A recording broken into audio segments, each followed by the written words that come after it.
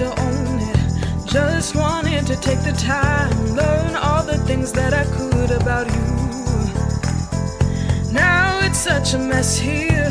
Oh, we are just stressed here. Used to be so easy with you. Thank you for coming back on the show. Thank you. It's like, what, 4 times now?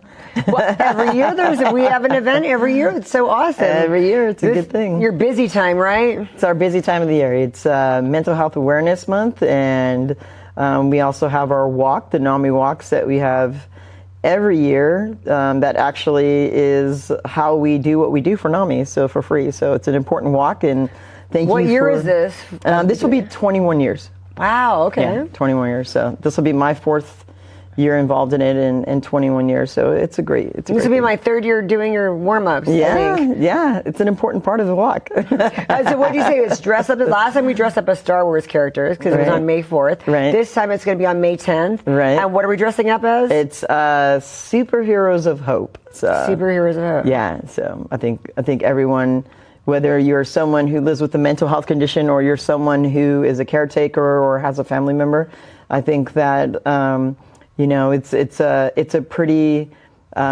it could be a really hard struggle at times, and so I think that when you get to the other side, like, you really do feel like a superhero, and that you're just grateful to have gotten to from sometimes one day to the next, That's very true.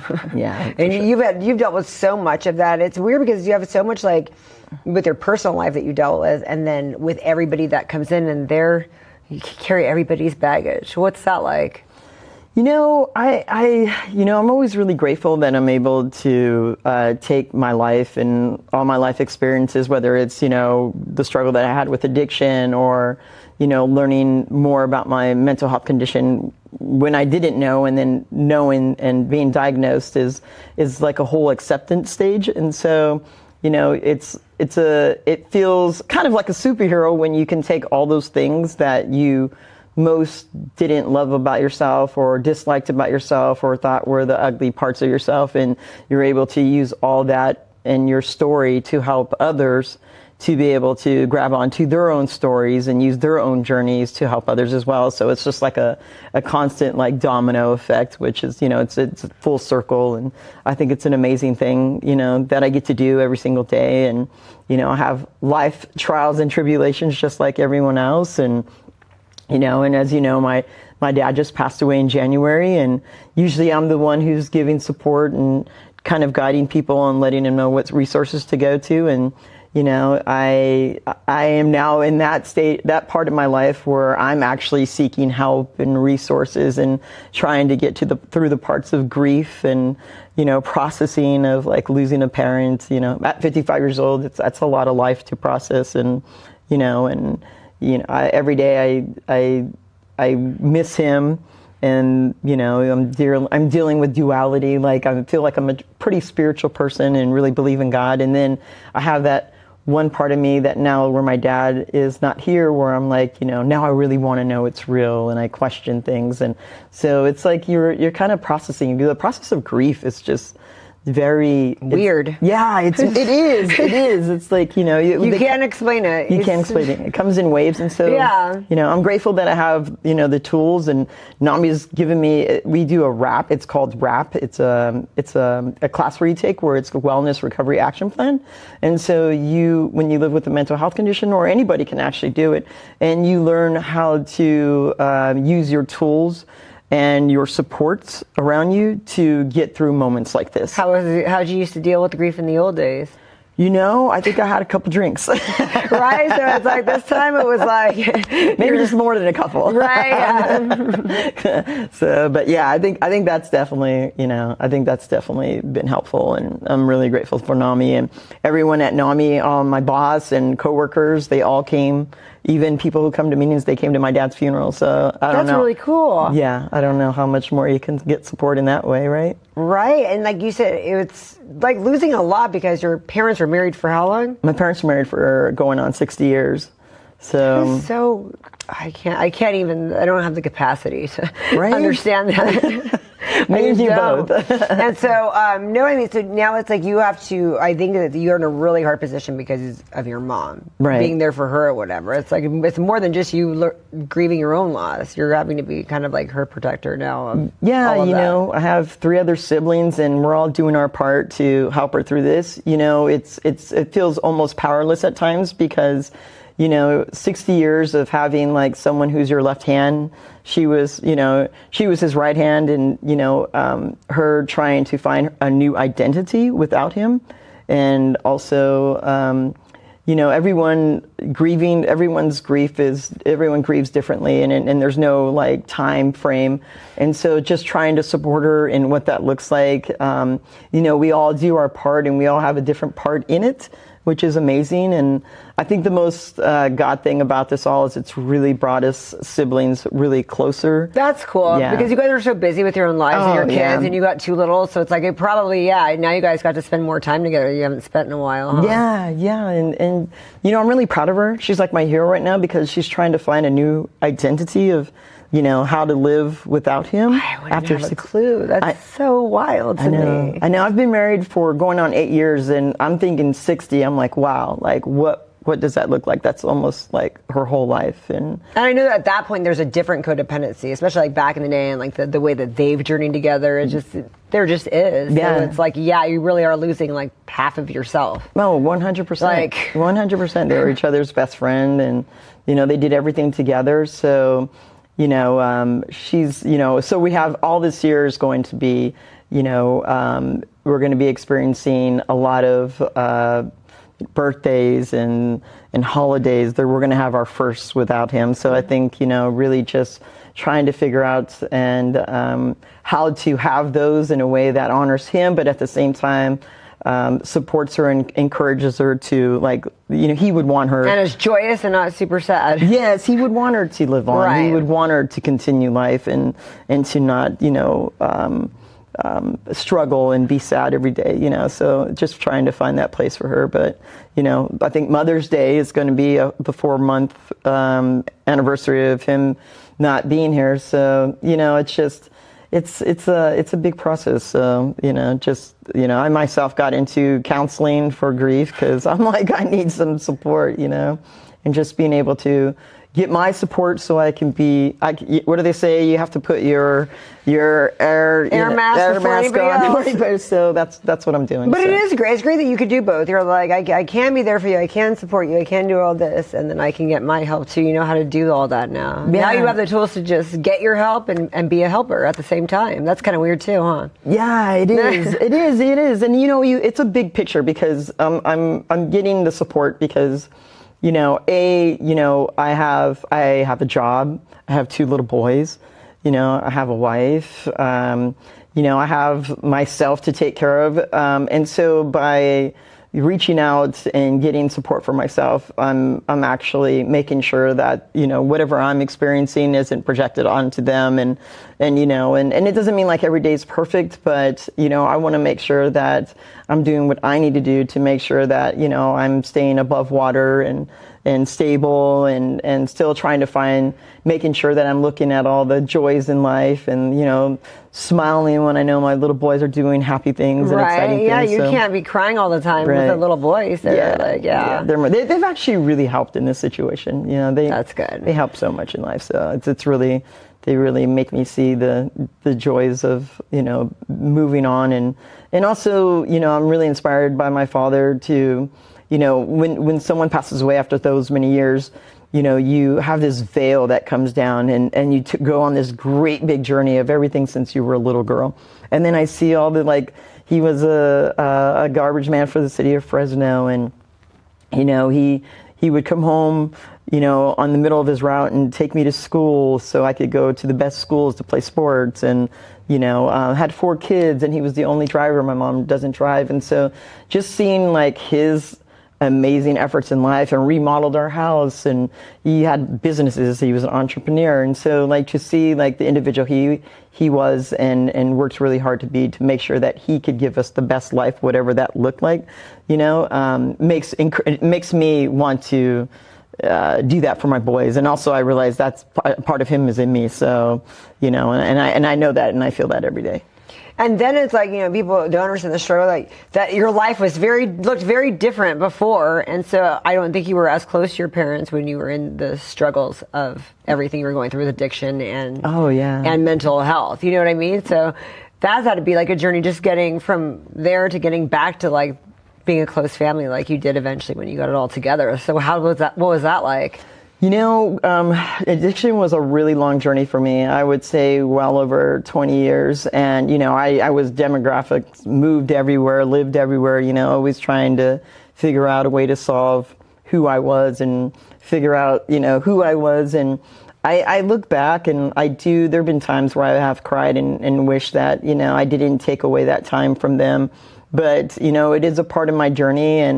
And so I have to, you know, I'm not bigger than God, so I have to try really hard to understand, like, you know, it was important, I guess, for me to go through that for whatever reason. And, you know, thank God and for a really amazing, it was really amazing to be able to come to a full circle with my parents. You know, there was a time where I didn't really understand a lot of things about, you know, who they were because I was so hyper-focused. When you live with a mental health condition, you can really hyper-focus on things that are the negative. And so, you know, when I finally had kids, I was like, whoa, okay, a lot of my upbringing, I was like, whoa, it all made sense to me. And I truly understood a lot of things about, you know, how we were parented or why things were tough or their anxiety or their stress or, you know, things that, you know, financial instabilities and all those other things, you know. And so now that I have kids, I was like, wow, like this all, how did they do it with 4 when I only have 2, you know? Whoa. Right. So it was cool. We, you know, when we had kids, me and my dad really, we mended our relationship. And honestly, I really thought it was going to be him that was going to have to do all the changing, but it really was me who needed to change on how I saw and looked at things, you know, and I really realized that like he was who he was and I am who I am. And so I knew like, okay, like maybe not talk to him about a certain subject that's maybe going to trigger me because I know it's something we may not agree on, you know? So, we all have triggers with our parents. I think everybody has that. Like, so it's cool. And he really was a great grandpa to my kids, just amazing grandpa. And, you know, I remember when I told him I was having a second little boy, I said, can you believe I'm going to have a second little boy? And, you know, it always makes me emotional to think about it, but he said, you know, I don't know anybody more deserving. And it just really like punched me right in the heart. And I was like, he sees me, you know? I mean, that must have been really impressive for them, for your parents to have seen that journey, you know, because at one time they probably thought they lost you like for good with all that was going on. And now it's like what you thought your biggest problem was is now kind of one of your biggest tools, your asset, because like you said, you use it to help everybody. Something that was such a handicap is now like that's your superpower, all that stuff, all that you went through. So I'm sure they were like really proud of you. Yeah. It's cool he got to live to see that, you know, the turnaround. Absolutely. He was able to see me get sober. He was actually able to see me become a mommy. I mean, anytime. He probably never thought that was going to happen. No, not in a million years. Right? Yeah. Not in a million years. And I could see, you know, I think one of the things that makes me smile is to know that he did leave this world knowing that I was okay and that it was doing well. That's got to be really awesome to know that. Yeah, he didn't have to worry about me. He didn't have to like wonder where I was at, if I was okay, if anybody was harming me, if I was like harming myself. Like he knew I was doing well and he knew I was happy. And you know, I'd always send him like, you know, I always sent him like the videos from like interviews like this, and always wanted him to like see like where I was at in life. And you know, I know that it made him really proud, you know. I know that it made him really proud. So it's cool to be able to know that, like, even though it was tough to lose him, it's great to know that, like, he was able to at least see me at where he always knew I could be and where he always prayed I would be. So. Are you impressed with yourself, though? Like, that you had to deal with this big loss and you didn't go back to drinking or doing anything crazy, that you were so solid right now in yourself? Isn't that kind of impressive? You know, I think I'm most impressed by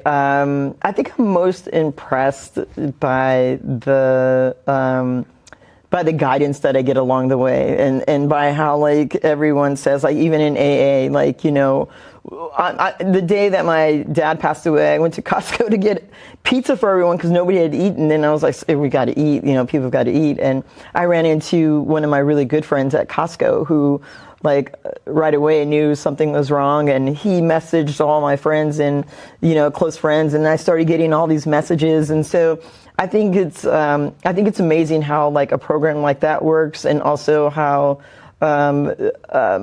also like the support, like through mental health and all my support groups and friends and people who are like my mentors who like came through, you know. And one of my first sponsors, you know, couldn't go to my dad's funeral, but I didn't even know he was going to stop by, and he stopped by right before I walked in and gave me a hug and said, I love you. And so it's like, that's what I'm most impressed about. I'm most impressed about how people's hearts who have their own struggles and who maybe I may have helped, That's you know, it. You're they come inspired, back, yeah. they come back and help me through my hard times. And so it's just I think constant. they're happy they could do that too. I think so too. So that's what I'm most impressed, and also that I'm willing to accept it.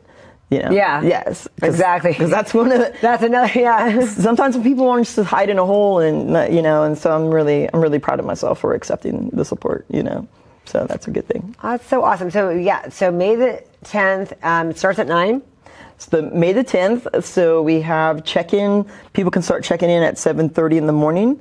And the walk starts at 9. In between 7:30 and 9, we will have Starbucks coffee for free. Uncle Harry's Bagels. They always donate bagels. You guys have the best food. I love it. I love it. Right, and we'll have a couple of speakers, which is always great. So you know, we have a youth speaker coming this year to speak about her work with the NAMI Club at Justin Garza High School, and then we have Luke, who will be speaking about his own experience and coming in and getting support, and now he's a facilitator and leads groups. And then we have an amazing person called Sparkle, who's going to stretch everybody out And costume, I guess. So, but yeah, it'll be a great walk. We have 37 resource tables. Okay, so who are some of the sponsors this year? So some of our sponsors, we have Sierra Meadows. We have Tiva. We have Kaiser has always been a sponsor for many, many years. We have Charles McCall, who's been a sponsor. He just kind of sends in a check every year. So we are, and then KMPH is our media sponsor. So that's been very cool. They've actually made a commercial and are running it. They're running it like 42 times. Oh, that's really cool. Yeah, and then this morning our executive director was on the Good Morning Show with Justin Willis, and Justin Willis will be our MC. So it's always great to have. Is that the same guy from last year or no? I think last year it was Amanda, remember? Okay, that's from right. ABC 30. So he was the year before. Got it. That's yes. right. I thought I saw him before. Okay. Yeah, he's a cool dude. Very, very cool dude. Always down to support us and be there. And he's definitely excited to MC this year. So it'll be fun. And so I would recommend to get there early because parking becomes really hard. Pretty chaotic. Yeah. Although I'm gonna put cones aside for your parking so you don't have to look for parking. Well, thank you. VIP. Love it. And then who are some of the people that are there? I know in the past you've had like Marjorie Mason Center or whatever. Who are some of those resources that you're going to have on the tables? Yeah, it's always, we have like Marjorie Mason Center. We have like Blue Sky, Sierra Meadows. We'll have Exodus will be out there. Just any sort of organization that is along the lines of mental health or even recovery. Heinz will be there. Heinz Hospice, they'll be there because they're always doing, they have support groups for grief, for counseling. Perfect. Yeah. So it's always great to have, so many resource tables out there, and they give away so much, of their organization's bling. I always see a lot of people just leaving with, tons of bags. Right. Yeah. So I was kind of like, well, who's going to be there this year? Like, what do we got going on? Yeah, there's quite a few out there, so I'm always really grateful. We get pretty we fill it pretty quick on the table. So, and then what I love best is the people that I meet during this and doing the walk and stuff, because I've met so many great people that like come and support every year with just incredible stories. Every time I think I've heard it all, I have not. Like somebody will blow my mind with like a story that I'm just like, wow. Yeah. Then they usually come on the show. Who was it, the director? Who is going to come on today and tell that story? Oh, yeah, we were going to have Jack Moore. He's one of our amazing volunteers, and he's been volunteering for quite a few years. He's very educated and knowledged at NAMI, and he runs a lot of our support groups for family support groups. So he's been doing that for a while, huh? He's been doing that for a while, yeah. And he also runs a training class. It's an 8-week class, and it's family to family, and it's where family members can come in and they educate them, teach them advocacy, give them more insight. You know, they just teach them a lot about, you know, how to manage and you know, manage their own lives along with, you know, what comes along. There's a lot that comes along when you're trying to help a family member, especially if they're not wanting to get help. So a lot of the family members go through a lot. So Jack, you know, Jack has an amazing daughter who I love very much, and you know, that's what brought him to NAMI. You know, he has a daughter who's, you know, had a lot of life experience with, and you know, she has a lot of up and downs, and just a great parents who just don't give up and are always trying to figure out like what their next move for her is, and so she's lucky to have them, and you know, they're lucky to have her, and so you know, I feel like Jack's journey is pretty amazing, because when she was younger, they didn't really know that she had all these, you know, that she had a mental health condition. And, right. You know, he shared about like, you know, how, you know, she had gotten into a lot of car accidents, and they didn't realize that like it was her mental health that was actually creating this chaos of like, you know, that was happening for her. And so, you know, I think for Jack, you know, he does a lot of advocacy, and he works a lot with parents, because I know for Jack, you know, his greatest prayer and wish in life is that his daughter will be okay, you know, before he leaves this world. And so I think he gives back so much because, you know, he wants the same for his daughter. So, and what better way to do it than to, you know, take his journey with his daughter to help other family members and parents. That's so great. That's the best. I mean, I kind of almost like that. You guys all do something great, but I love that perspective, the person that has to deal with that. You know what I mean? Not the person that's going through the mental, but dealing with somebody with mental illness that you don't understand. You're trying to have the tools to understand. Right. You know, that can almost be harder than understanding yourself, to try to understand other people, and then getting those people to understand everyone that comes to see them, to understand their family members like that. I love that. Yeah, 100%. And because I think a lot of, you know, family members get to a place where they feel powerless. I get a lot of phone calls from parents who are literally in tears and just, you know, want their child to be okay. A lot of adult children, you know, and just, you know, don't want them to be homeless, you know, or, you know, are scared of, you know, they don't want them to harm themselves, you know, or maybe they're being aggressive with them. But, you know, when it's your child, you know, you don't want to give up on them. And, you know, it puts parents, I mean, the amount of phone calls I get from parents who are just, you know, needing some hope and needing to be able to feel like they're not alone is where I get a lot of phone calls at. And, you know, we get a lot of parents who come in and they're able to get that, you know, at NAMI. And,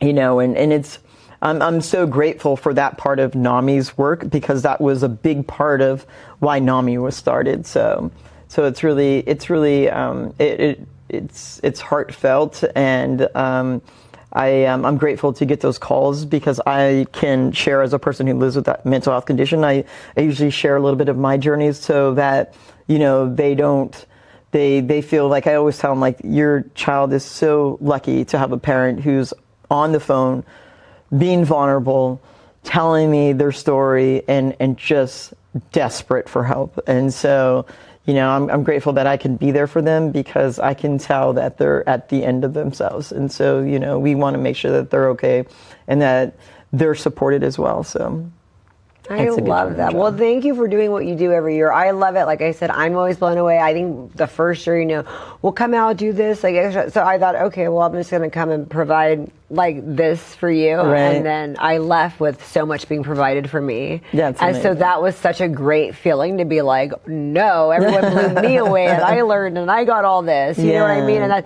it's so great when you don't expect to get something, you get so much more than you think you were going to get. So I love that. So keep doing what you do every year. Thank you. As long as I'm around, I will always come out. We appreciate you so much, and you do so much for the community. And I see a lot of your interviews, and I'm just so proud of you. And I'm always so grateful when you reach out and you're like, let's do this, and to come out and and also listen to other individuals and have them on your show does a lot to help their lives as well. So you yourself make a difference in so many people's lives. Thank you so much.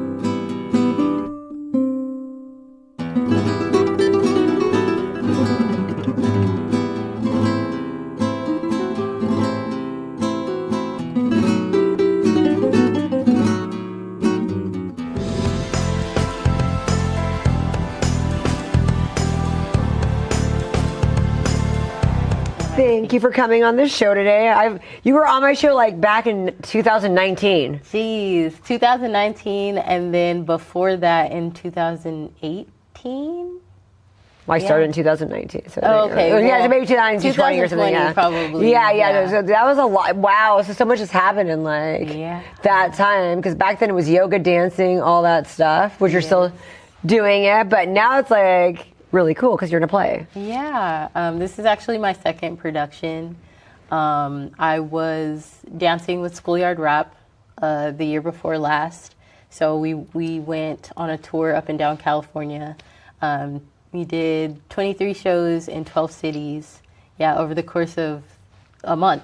Wow. Yeah, it was pretty intense. It was very intense. 23 actually. shows in 12 cities over a month. Wow. But I was injured last year, so I really couldn't do a whole lot of like touring kind of things or like intense dance.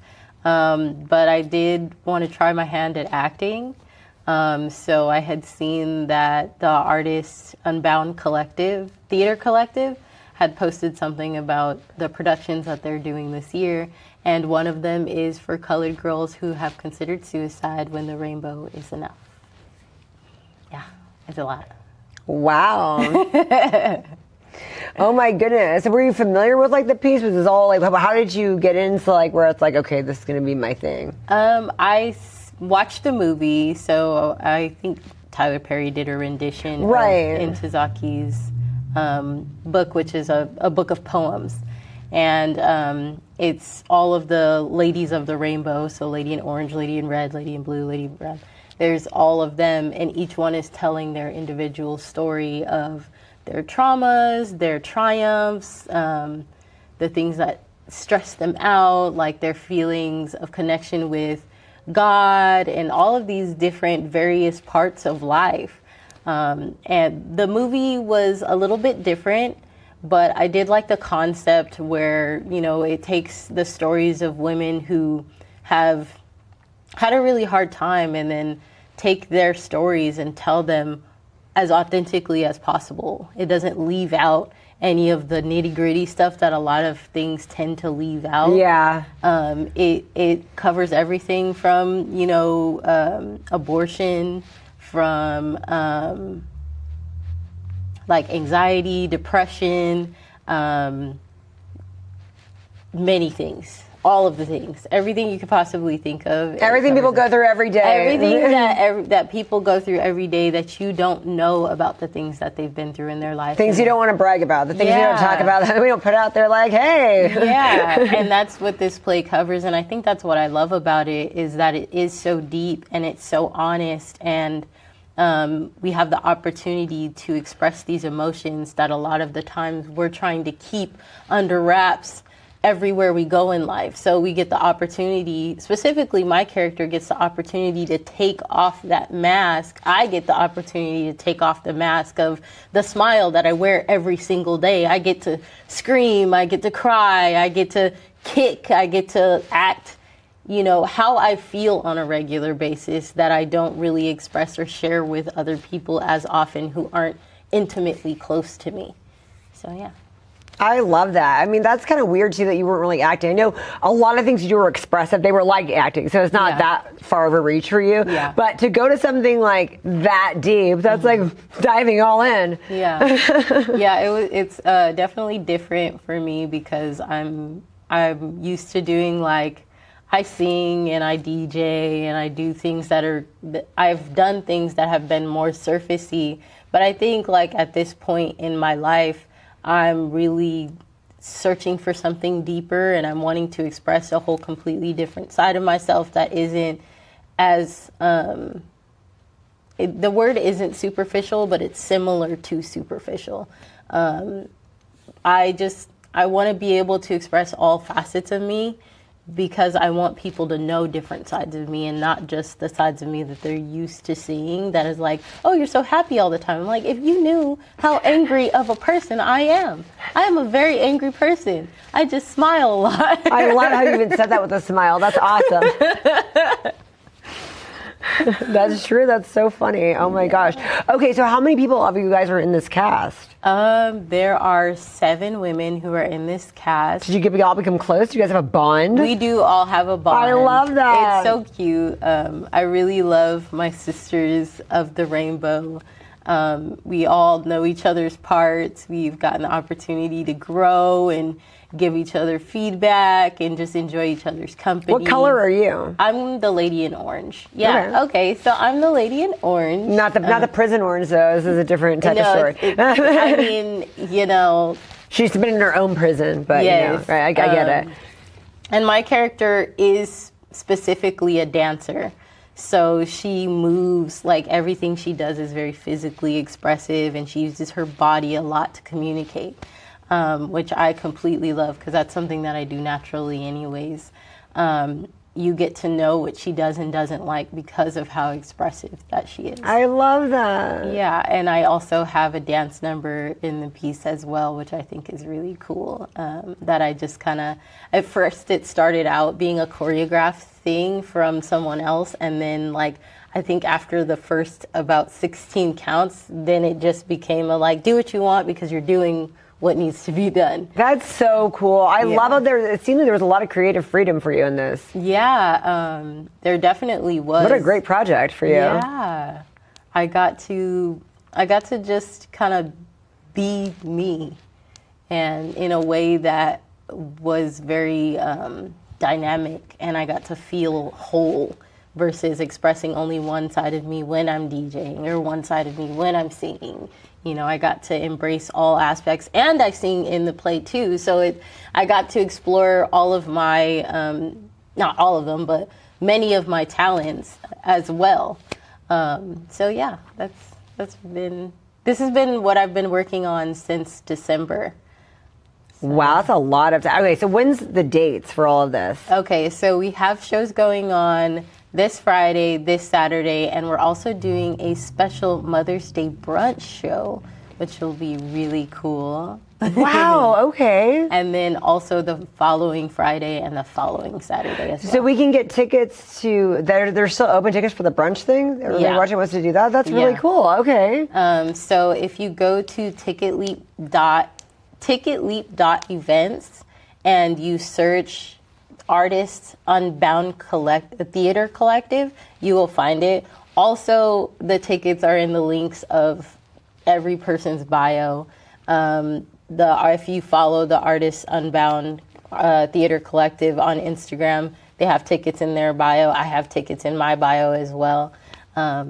Everyone needs to get that now if you want to do the Mother's Day. I imagine that's going to fill up. I have a feeling that that's going to fill up. Yeah. Well, I'm so glad you have like 2 weekends. There's time though, so people can't come. I love that. Yeah, I really like that we're giving people the opportunity to experience it, because it is an experience. It's a very intimate experience. The setting is very intimate. It's like, it feels like a living room. And that's the vibe that we're going for. And I love that you guys are doing that locally, because I feel like we have to go so far to find theater like that. And I love that now you guys kind of bring that to the Central Valley. Yeah, I really love it. I love that I don't have to travel to go and do something like this, because I was willing to, and I'm always willing to travel. But after that 23 and a month, that was intense. I was like, I need to find something that's closer. Oh my goodness, that's so cool. And then now you're an artist. You're molded. So what? You're a sculptor? I'm a sculptor now. I'm a ceramic sculptor. After I injured myself, I was like, I really need something that I can express my creativity without moving too much. Without moving too much, because I had 13 stitches. Like I was sitting like this. That had to suck, being that paralyzed when you're so used to being physical. Yeah, it was very challenging because I exert a lot of energy on a regular basis. And so I was like, what do I do? What do I do? So I decided to take some interest-based classes at Fresno City. Because I know that it's affordable and it's a good way to explore, because they have so many different options there. That's so cool. I'm so glad that you mentioned that, because I think we forget that that's like an option. It's such a resource. Yeah. And then I believe if you live in California, you do not have to pay tuition. They actually canceled that out for you. Nice. Okay. So you might not get financial aid depending on your circumstances, but if you are a California resident, then you do get to take classes for free. So I thought that was really cool. I'm so glad you're bringing this up right now. I got to remember that until I got. Yeah, okay. Because there are so many things that you can go and learn there. The professors are amazing. One of my professors, he's a music producer, and he's been producing music for like the NFL and Disney for like 20 years. I do hear it. You're right about the city college. Like, I have some good friends, and it's amazing. They do have, some cool stuff going on. I love that. Yeah, but I really got into ceramics, and that's working with clay. And I realized that I have a serious talent for it. It was always something I wanted to do, but I didn't really, it was one of those things that I psyched myself out about, because I had never seen never seen black sculptors growing up. You see. I guess so. Yeah, you see the representation. Now that you say that, I'm like, that's a good point. Who do you think of when you think somebody's sitting at a potter's wheel or they're sculpting? I just think of the movie Ghost. Oh my God! But that's all that comes to mind. But the imagery that you're right. I've never seen a black sculptor. That's a really good point. Yeah, and so the representation wasn't there for me. So it kind of seemed like something that was kind of out of the realm of what I would consider normal. You're like, I'm gonna do it. But I was like, I want to try it. I'm very interested in it, so I'm gonna give it a go. Which I've kind of always been that way. Even if things don't seem like they're something that's for me, I make things for me, which I did with ceramics. And this is my second semester. I've submitted pieces for shows already, which is really cool. One of my pieces that will actually be featured in the show in our gallery space. Wow. So. And I can't believe you only learned a year ago. That's the crazy part. It hasn't even been a whole year yet. I think I started in September. Yeah. Yeah.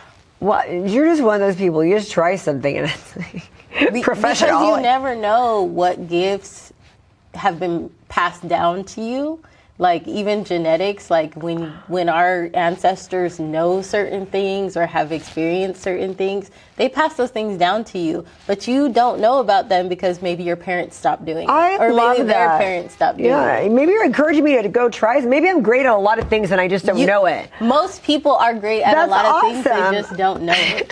And then too, just the level of commitment. I'm a very committed person, so once I decide that I'm doing something, I'm doing it. Like I've been in that class. That sculpture took me about 50 hours to put together all together. That doesn't include the time that it spent in the firing process. I wasn't the one who did that, so I didn't claim that. That's not too bad though, because that looks amazing. So 50 hours doesn't seem, or even like adding all that doesn't seem terrible. I mean, that's so cool. Wasn't it cool? Like the first time you said you made something that kind of like didn't work out. Yeah, so I made a trial and error stuff. Yeah, I made a really large piece last year, and it was so beautiful. It was like a self-portrait, so it had my face on it. It had like a mushroom top, and then it had a tree trunk and roots growing out of it, which hopefully you guys will be able to see it.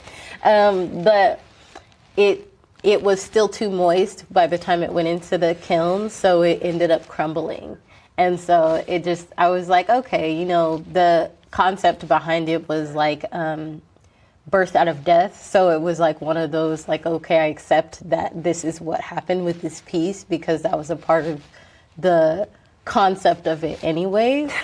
Can you make it again? Like I definitely would like to recreate that piece. Eventually. I started doing it, and then I was like, that on top of the load of what I was already trying to create at the time. We're gonna put that away. Shelf it. I'll come back to you when I have the space to come back to you.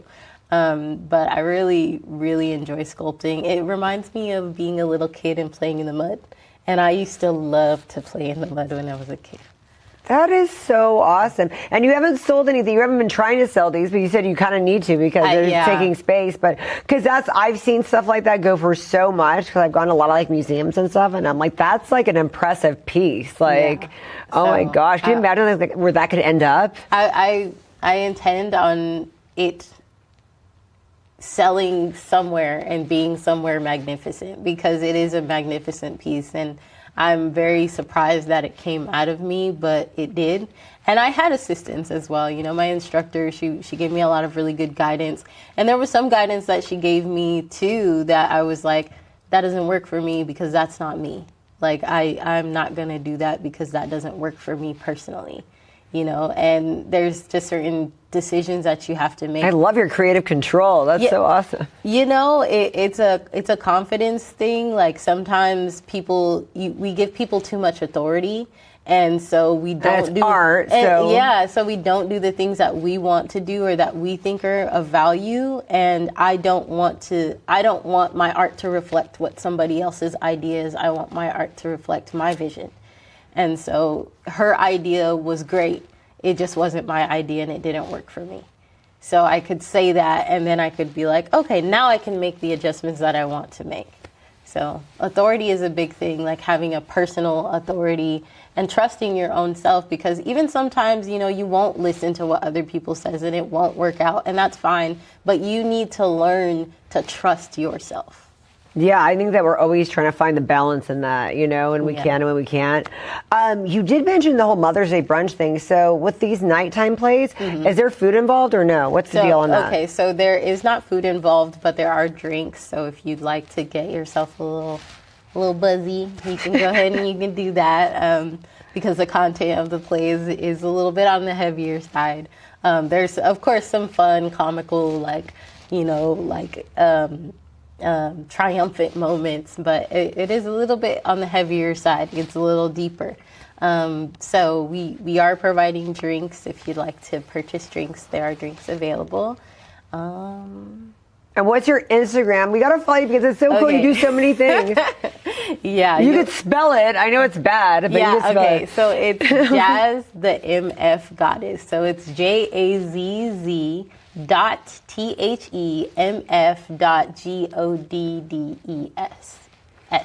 There we go. Got it. Yeah, and then you always were doing different things. And I forgot, you came on the show to sing on Halloween. Now it's all coming back to me, and that was amazing. So you still sing. I still sing. Not in this piece, but... I actually, at the end, it's not like a singing number. It's just like a group collective kind of vocal moment. But I am still singing. Do you still write songs? Because you had actually composed the one that you wrote back then. I've composed a lot of songs since then.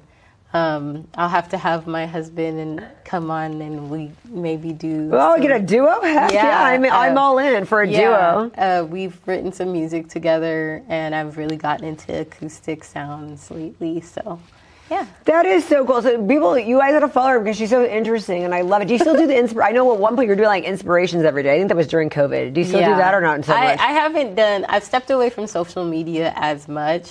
Well, try to remember to put all this kind of stuff in there. Yeah, when you're doing something, you tell us, right? Every time I'm doing something, I put it on social media. Okay. Yeah, like I can personally market myself. It's just like, I recognize that I exert a lot of energy doing a lot of things. So you're not doing the daily inspiration. So I'm not doing as much of like, hey guys, like you need to like, I do some stuff though. But like, yeah, like if things come to my mind and I'm like, the world needs to hear this, then I dish that out. But I'm not like making it a point to make sure that I post every single day something. Yeah. Well, everybody follow her. I can't wait to see the play. I'm got to figure out if I'm coming this weekend, next weekend. Thank you so much for coming on this show today. Of course. Make sure you guys go check out For Colored Girls. It's going to be such an amazing experience. All of us have put in a lot of really great work, and we are excited to share it with you. And remember, we got to keep the local theater alive, so come watch. Yeah. Thank you so much.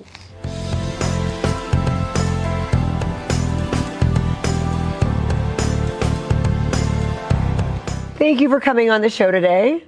Thank you for having me.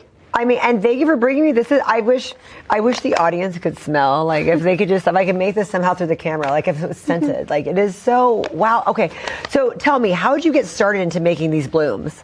Well, I was talking to my mom because she had talked about how she was trying to send flowers to someone in the hospital, but it was just so expensive. And I was like, I can do it for cheaper. Like, I can do that for cheaper with a cost benefit.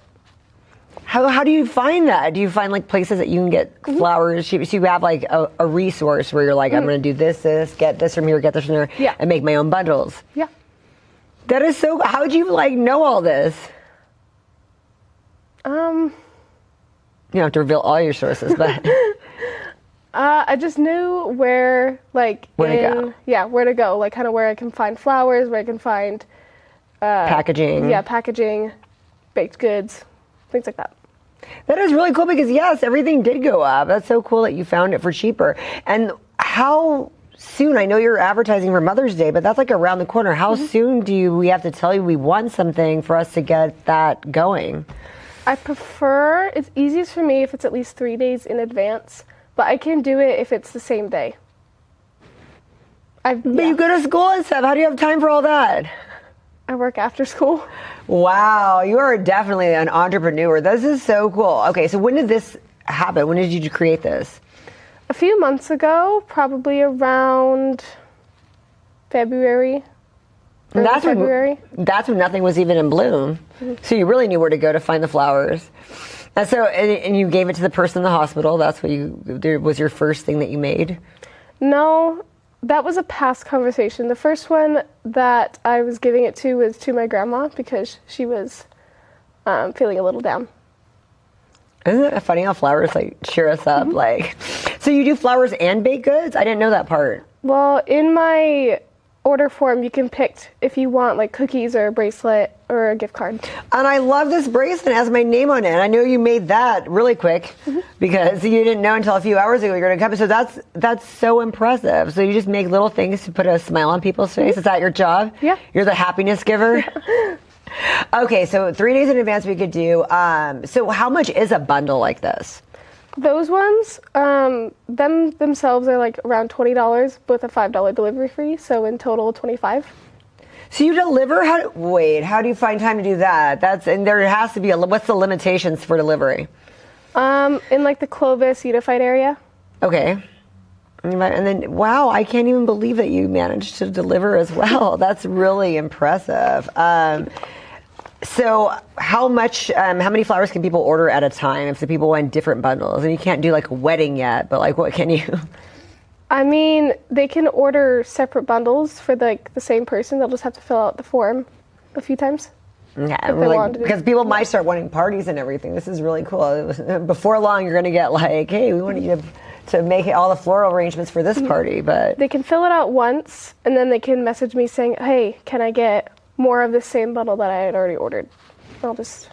Got the repeat customers already. Well, when they're happy, they come back. So are you like an entrepreneur? Was this just something that you're trying for the first time, or do you always have a mind for this sort of thing? No, it was just something that I was trying for the first time because I thought it was a good idea. And you were tired of people having to spend so much on... Yeah. That's really cool. So now that this is working and you like it, where do you see yourself going from here? Well, I've started learning about how to dry flowers so I can mail them. I thought that might help.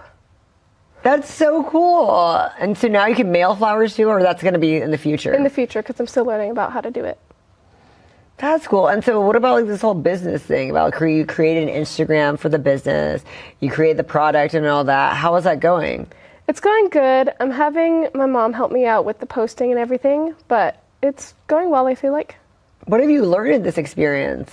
That the promoting it's a lot more work than I realized. It's a lot more time. It's a lot more consistency than I really initially thought it was going to be. Was there anything that you learned the hard way? Did you get flowers and they weren't good, or they were wilting, or because these are amazing? Did you have some trial and error moments? With the wrapping, there's a few trial and error with the wrapping of the flowers. If I get this is sturdy, did you start with like some flimsy one or something? No, I started with the same paper, but I just couldn't wrap it right to where the flowers were still on display, but it also looked fine. Oh, you finally got that right. This is so nice. This is just such a beautiful bundle. I can't get over the smell. Like, that's so amazing. And so do you have options of flowers that you offer? Is it this particularly? Do you also do like roses? Do people put their requests in? How does that work? I haven't started that. Normally, I just go and get a bouquet. It's a random bouquet, but if they wanted to specialize, say, specific flowers, the price may vary, but they could. Theoretically, they could if they wanted specifically roses. What about balloons? Can you add balloons to it?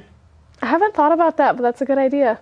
Well, I'm sure you can always add extra fees for like everything because, I mean, yeah, we know it's a lot. I mean, this is nice as it is. And then what about people want like a gift card to it? Yeah, that's actually already on my page. They can order a bundle that has a $10 gift card for like Dutch Rose or Starbucks. I love that. You really thought of everything. Oh my goodness, for every occasion. And so Mother's Day, how many orders do you have now? Is it pretty busy right now? No, not right now, no. Because we just started up the page and everything with all that. But this is the way to go because they get so expensive for these big holidays. And so next time by like, are you planning to do this for a while? I hope so. So like maybe by Valentine's Day next day, you might get really busy. And what grade are you in? 11th. 11th. So you have another year of high school. Mm-hmm. So you can rack up some college money that you could save for this. What do you want to do when you go after high school? I want to go to college and maybe go into a profession in aviation. I love that. I keep on saying there needs to be more women aviators. That's amazing. I totally think you should do that. Thank you. That's really cool. So you'll have this on the side and then I love that. Then you can fly everywhere and get your products as well. And so you're graduating a year from now. What colleges are you looking at? I was looking at the University of Utah, maybe Harvard. Honestly, I'm open to a lot. What has a good aviation program? I know Arizona had one that I was looking at, but I haven't really looked into much. And what about like at school? Are there a lot of like students and like teachers that see you're doing this and like, I want that, I want this? No, not really, actually. Have you promoted at school? A little bit, not much though. And so where'd you come up with the name? Well, I took my name, obviously, and then, well, if I wanted to do bundles, so that I just added the bloom in front because, I don't know, it sounded good. It does sound good. That's why I'm like, that's a nice name, and it's easy to remember. Okay, so is there a number or email? What's the best way for everybody to get a hold of you that wants to get one? Through my Instagram. Through Instagram. So now people can DM you, right? Mm-hmm. I think I should be able to. And so what is the Instagram? So tell everyone so they can follow. Lily's Bloom Bundle. Lily's Bloom Bundles. Lily's Bloom. And then I see you actually have quite a few pictures on there. So these are the bundles that you've made? Most of them, yeah. Wow. Oh my goodness. How impressive. So since February, so now you're doing this. So after Mother's Day, what's the next big holiday? I'm actually not sure. Father's Day? Yeah, I think I like giving a man flowers. They like that. They get happy about it. And then do the colors mean anything? Because I know this is the yellows of friendship. So do you think about that when you're making a bundle? I do. I have looked into what specific colors of flowers mean. And occasionally I will throw it in if I know it's going for like a girlfriend or a wife or just a friend. I'll try and mix and match. Wow, you really studied this. That's so impressive. Do you have anybody that's helping you besides your mom? No. It's all you? It's a one-man show? I love this. Okay, so everyone's got to reach out to you on Instagram. Do you have an email address or is it just Instagram? Just Instagram. What if somebody doesn't have an Instagram? Is there a Facebook? Does your mom have a Facebook? We were gonna make one. Okay. Well, so if anyone's watching that doesn't have an Instagram, you can also hit me up on Facebook, and I'll make sure she gets the order. Like, this is what we want for today and everything. I love that. Thank you so much for coming on the show today. Thank you for having me. Felt right in the moment, felt right in the summertime. It felt right drinking cherry wine with you. Just wanted to own it, just wanted to take the time, learn all the things that I could about you. Now it's such a mess here, oh, we are just stressed here. Used to be so easy with you.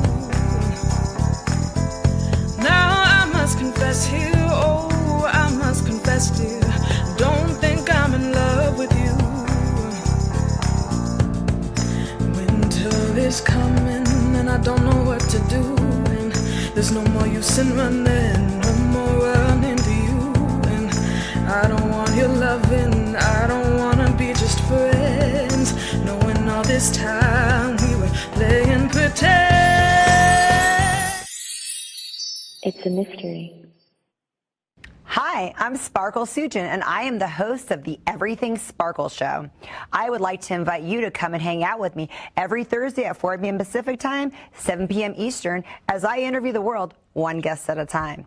Everything Sparkle is available on Roku, Apple TV, Amazon Fire TV, Facebook, YouTube, Twitch, Twitter, and CMAC.tv. Plus, if you're in the Central California area, you can watch on Comcast Xfinity Channel 93 or AT&T Uverse Channel 99. Hope to see you there.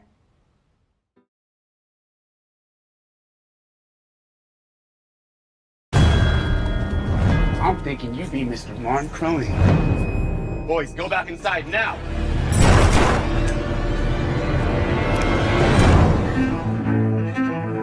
I'm in search of someone that fancies himself a shootist. What you need a gun hand for? How to find someone, settle a score. Please let Mary still be alive. What is the matter? They're coming. The men that killed my family. We had a specific plan to follow. White came looking for Everett. He can track like nobody else can. If I do this, I will do it for her. Where is she? Dear Father God, I come to you with anger and revenge in my heart.